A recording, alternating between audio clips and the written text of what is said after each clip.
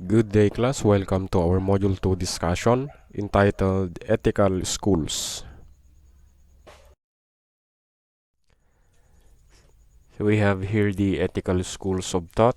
Under this schools of thought, we have the classification of ethics.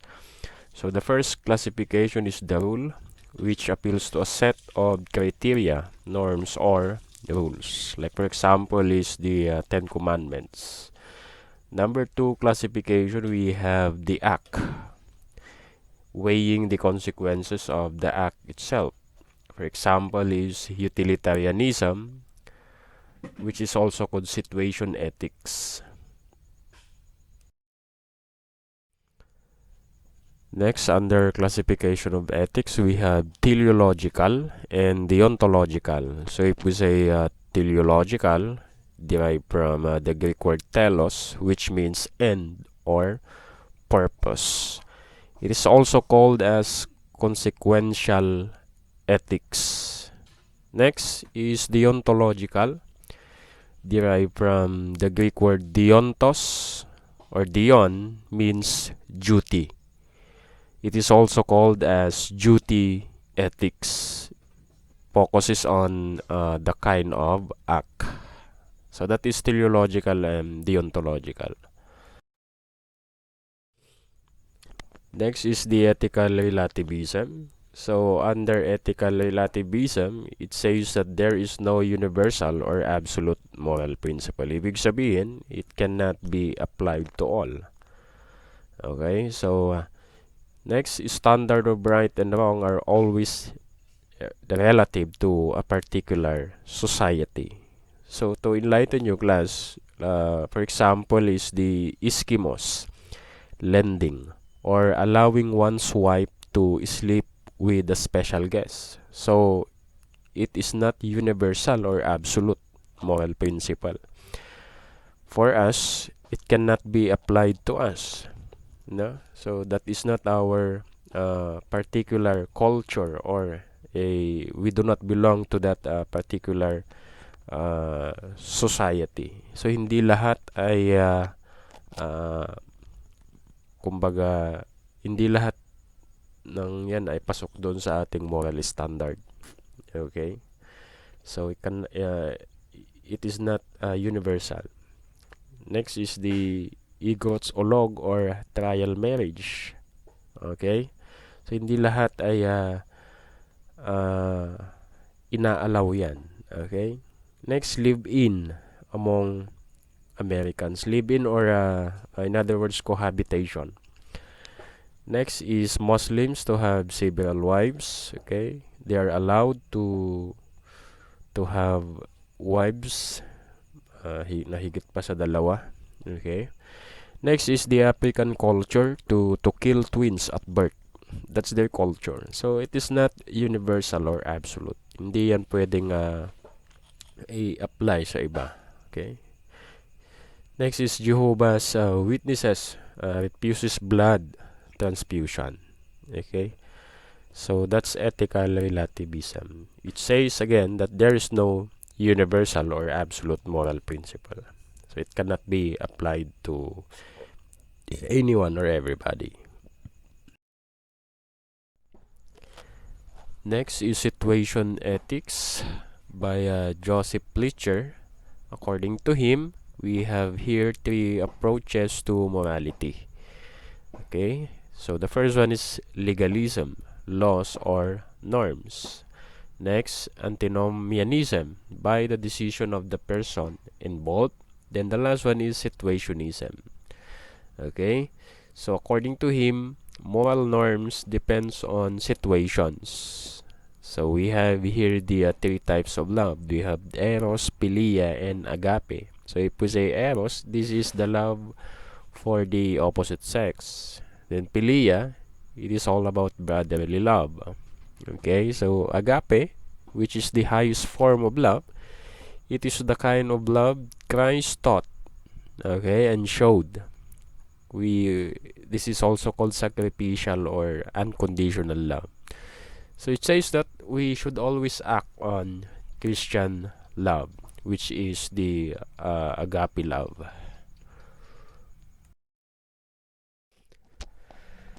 Next, 6 propositions of situationism. Number 1, only one thing is intrinsically good, namely love, nothing else. Number 2, the ultimate norm of Christian decisions is love, nothing else. Number 3, love and justice are the same, for justice is love distributed. Then love wills the neighbor's good whether we like him or not. The number 5, only the end justifies the means, nothing else. Just like for Machiavellian leader, mga yan na style of leadership is gumagamit ng kamay na bakal just for the benefit of everybody. So, number 6, decisions ought to be made situationally else or not prescriptively. So, based from the situation itself. Okay? So, under ethical schools, we have Stoicism. Stoicism is a school of Hellenistic philosophy founded by Zeno of Citium in Athens in the early 3rd century BC. It says that a Stoic person, a person who accepts what happens without complaining or showing emotion. Many Stoic persons, such as Seneca and Epictetus, emphasize that because virtue is sufficient for happiness. So a sage would be emotionally resilient to misfortune. If we say sage, it is a good judgment or a wisdom. So under Stoicism, it says that you should recognize what you can and cannot control. Next, you determine your reaction to the crisis. Next, ignore people dominated by their own negative emotions. Indeed, you should not absorb those kind of people. Then master yourself and aim to be virtuous. Then the last one, learn to move on. Next to Stoicism is the Epicureanism. This was founded in 306 BC by Epicurus, a Greek philosopher. So ang religion na ito, class, it teaches us that virtue should be followed because it leads to happiness. Again, virtue will lead you to happiness, and that good was pleasure and evil was pain. Okay, so again, what it means to say is that pleasure should be defined as being nothing better than a peace of mind. So if we say pleasure, it is all about peace of mind, okay, and the absence of pain. So this is Epicureanism all about. So under Epicureanism, it says that the goal of life is to seek out pleasure and enjoy friends and learning. The goal of life is happiness. Then for Stoicism, the goal of life is to know your duty and do the right thing. So Epicurus, he has these 3 kinds of desires. Number 1, the natural necessary, natural and necessary, then unnatural. So if we say natural necessary, natural desires that must be satisfied for one to have a pleasant life, like for example is food and shelter. Number 2, natural and necessary. These are desires that, though natural, need not necessarily be satisfied for a pleasant life.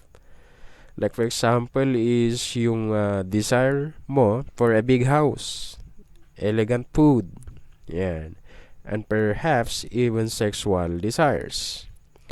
Next is the unnatural. These are desires that are neither natural nor necessary to satisfy.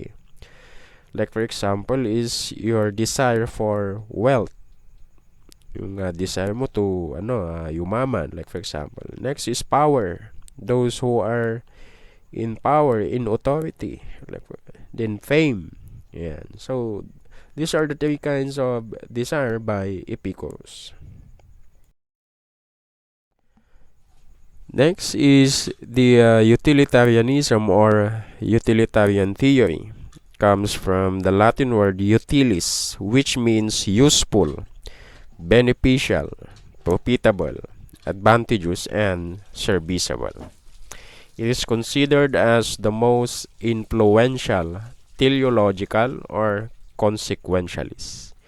It is claimed to have long originated from the Greek Epicurus 341 to 271 BC, who that the end or purpose of all actions is primarily to attain pleasure or happiness for oneself, the limitation of desires, and removing the fear of death and of goods. Class in utilitarianism, what is good or right is anything that is useful, beneficial, advantageous, and serviceable in the consequences or ends, which is yung tinatawag nating telos. The end justifies the means, including the intention.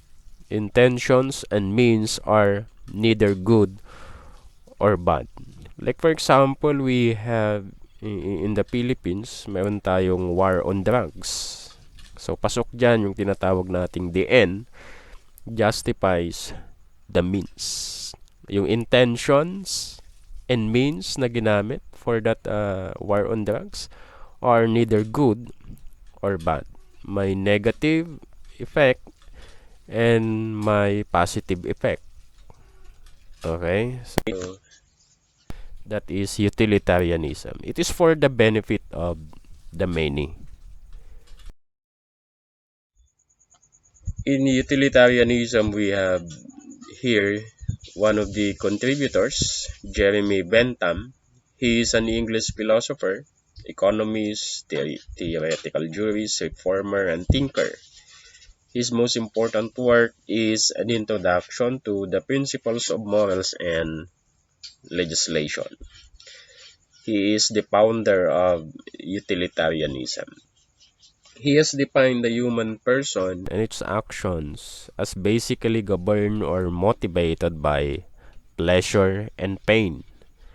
This fundamental rule of pleasure and pain holds that everything pleasurable is good and everything painful is evil or bad. So, if we say again, pleasurable is good, kung ano yung nakabubuti, yun daw yung nakabubuti sa lahat, yun daw yung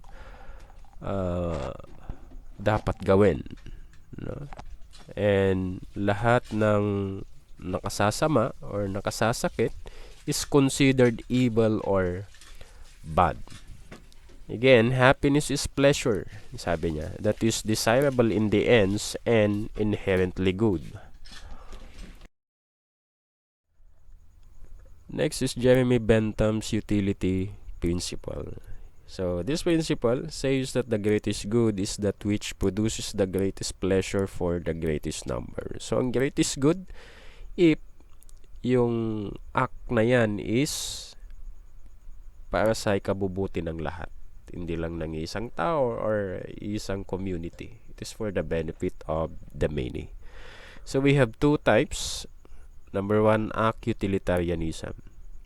So it brings about the best end or the least amount of wrong or bad end. So that's the right act. So according to Niccolo Machiavelli's principle, a prince may hurt some individuals and would be justified in his actions if it were for the benefit of the whole state. Is an act utilitarianism. Again, like for example is yung war on drugs ng ating former president Rodrigo Duterte. That is a picture of an act utilitarianism. Though may mga na-sacrifice, but again, it is for the benefit of the whole state or whole nation.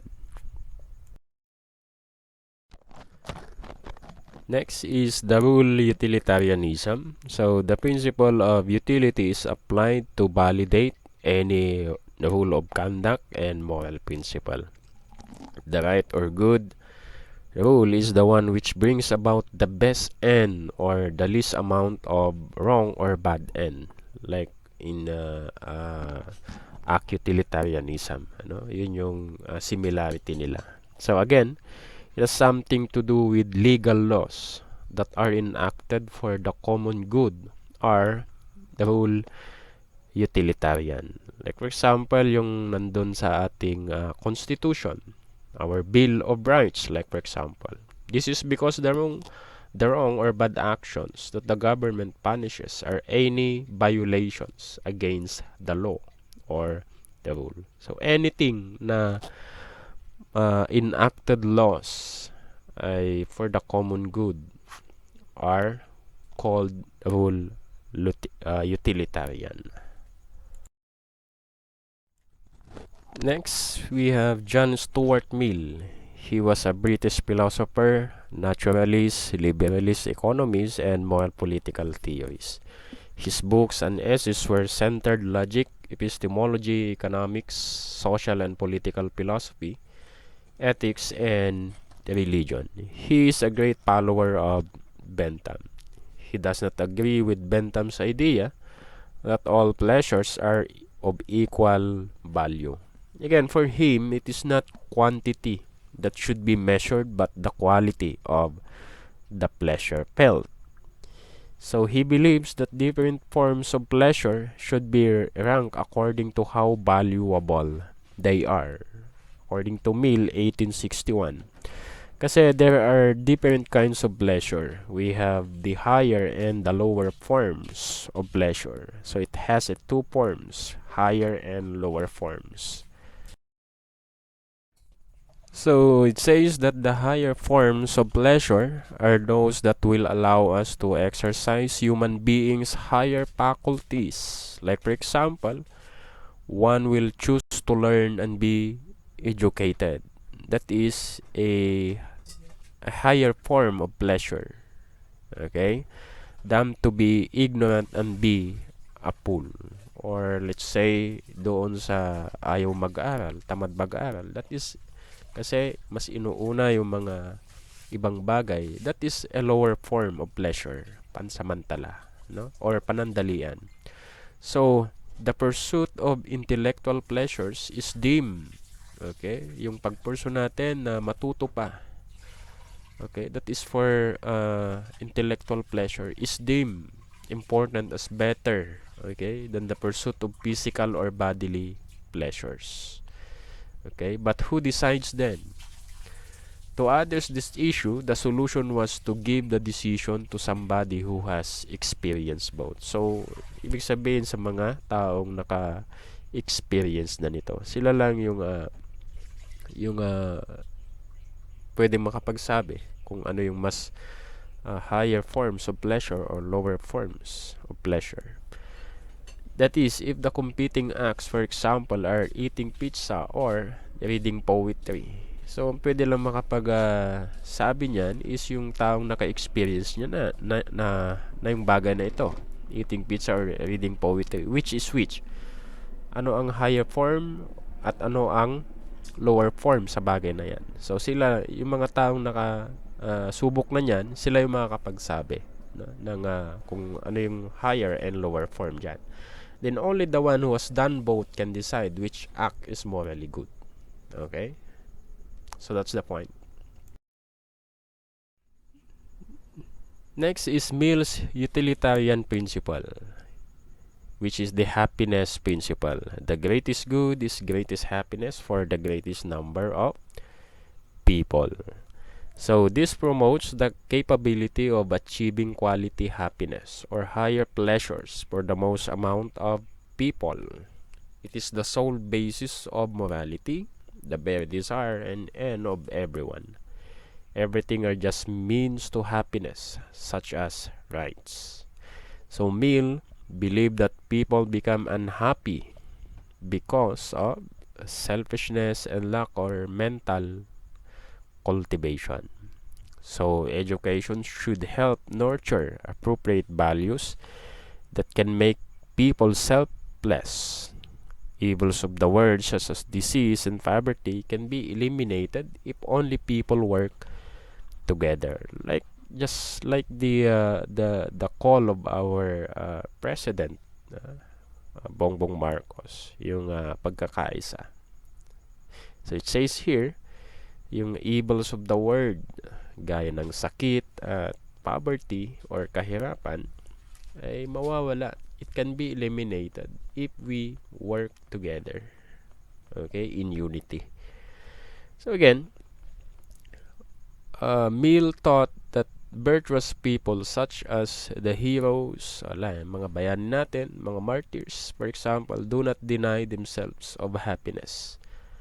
Kasi ang ginawa nila, they sacrifice their happiness for the greatest end. Kagaya ng ating pambansang bayani, si Jose Rizal. He sacrificed his own happiness for the greatest end, or the happiness of the greatest number of people. At ng mga iba pang bayani natin and martyrs na nag-sacrifice for our independence or freedom. So having the attitude of self-sacrifice, for Mill, it is the best chance of gaining happiness, which is true, but not good in itself. It is just good in so far as it promotes happiness. So that's Mill's utilitarian principle. Again, just to sum up, Jeremy Bentham and John Stuart Mill, utilitarianism: good actions promote happiness, then bad actions promote unhappiness. So the principle of greatest happiness, it says that an action is good or right in so far as it produces the greatest happiness for the greatest number of people. So that ends our discussion, class. Thank you for listening. Thank you and God bless.